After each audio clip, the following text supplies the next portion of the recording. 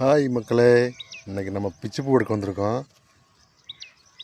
பிச்சிப்பூ எடுக்கிற இடத்துல பார்த்தீங்கன்னா சங்குப்பூ சொல்லுவாங்க, டீ வச்சு சாப்பிட்றதுக்கு. இங்கே பாருங்கள் எவ்வளோ சங்குப்பூ இருக்குன்னு பாருங்கள். தோட்டம் ஃபுல்லாக வெறும் சங்குப்பூவாக தான் இருக்குது. இங்கே பாருங்கள்,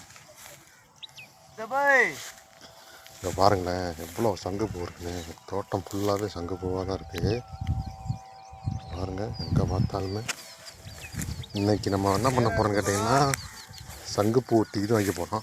இங்கே பாருங்கள் எவ்வளோ சங்குப்பூ இருக்குங்க.